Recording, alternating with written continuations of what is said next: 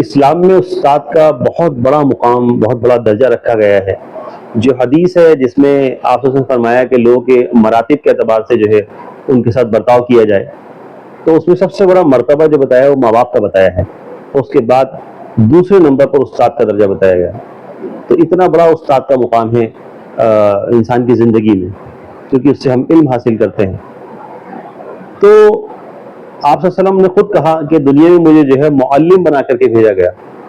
آپ معلم تھے، آپ خود استاد تھے اپنے صحابہ کے، اور آپ نے اللہ نے جو ان پر جو قرآن نازل فرمایا آپ نے وہ اپنے صحابہ کو سکھایا. اور اصحاب صفہ میں جو خاص طور سے جو صحابی تھے، مسجد نبوی کا جو چبوترا تھا وہ خاص طور سے ایک اسکول کی شکل تھی وہاں پر، اور آپ وہاں پر تشریف لاتے تھے اور انہیں جو ہے علم سکھاتے تھے. تو اسی طریقے سے آپ نے استاد کی اہمیت جو ہے اپنے صحابہ کے اندر بھی جو ہے کوٹ کوٹ کر بھری. اسی لیے یہ دیکھا جاتا ہے بعد میں کہ صحابہ بھی اپنے استاد کی بہت عزت کرتے تھے، احترام کرتے تھے. اسی طریقے سے پھر تابعین، تابعین اور بزرگ دین اولیاء کرام بھی جو ہے وہ اپنے استاد کی بہت عزت و احترام کرتے تھے. حضرت علی کا قول ہے، حضرت علی نے فرمایا کہ مجھے کوئی تھوڑا سا علم بھی سکھا دے اور اس کے بدلے میں مجھے اپنا اگر وہ غلام بھی بنائے تو میں اس کا غلام بننے کے لیے تیار ہوں. تو اتنی اہمیت بتائی استاد کی جو ہے.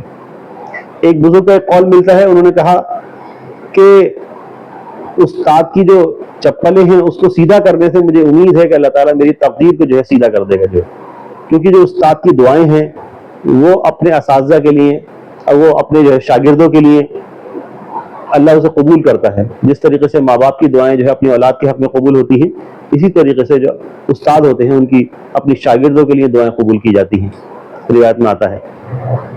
تو استاد کا بہت بڑا مقام ہے. تو جو لوگ استاد کی عزت کرتے ہیں، احترام کرتے ہیں، اور اس طریقے سے اللہ تعالیٰ انہیں نوازتا ہے دنیا میں. اور یہ دیکھا جاتا ہے جو لوگ استاد کی عزت احترام نہیں کرتے تو زندگی میں وہ لوگ جو ہے پریشان ہوتے ہیں، اور حتیٰ کہ آخرت میں بھی پکڑ کا باعث بن سکتی ہے یہ چیز جو ہے. تو استاد کو کبھی علم کے اعتبار سے اپنے سے کم نہ سمجھیں، اور کبھی ان کو حقیر، ان کی حقارت دل میں نہ آئے. کیونکہ بعض مرتبہ ایسا بھی ہو جاتا ہے کہ استاد سے بھی زیادہ ترقی کر دیتا ہے کوئی شاگرد جو ہے، لیکن کبھی بھی استاد کی جو ہے حقارت دل میں نہیں آنی چاہیے. جو ہے استاد کا مقام اور مرتبہ بہت بڑا ہے. سکندر اعظم کو سب لوگ جانتے ہیں، ان کے استاد جو ہے ارسطو تھے. تو ایک مشہور روایت ملتی ہے ایک مرتبہ ارسطو جو تھے اپنے شاگرد سکندر اعظم کے ساتھ جا رہے تھے، راستے میں ایک دریا پڑا. تو دریا جب پڑا تو ارسطو دریا میں اترنے لگے. تو اس وقت سکندر اعظم نے کہا کہ آپ رکیے، میں اترتا ہوں پہلے. تو اس کے بعد وہ سمندر میں پہلے اترے سکندر اعظم. اس دریا وہ انہوں نے جو پار لگایا، اس کے بعد پھر ارسطو نے پار لگایا. تو پار لگانے کے بعد ارسطو نے کہا کہ بھائی سکندر تم نے ایسا کیوں کرا؟ میں پہلے اتر رہا تھا اور اس کے بعد تم نے کہا نہیں استاد آپ مت اتریے اور میں اترتا ہوں. میں تو اسی لیے پھر انہوں نے کہا کہ میں اس لیے پہلے اترا کہ ایک سکندر اگر ڈوب جاتا دریا میں تو ممکن تھا کہ مجھ جیسے کئی سکندر جو ہے پیدا ہو جاتے، کیونکہ آپ جیسا استاد موجود تھا.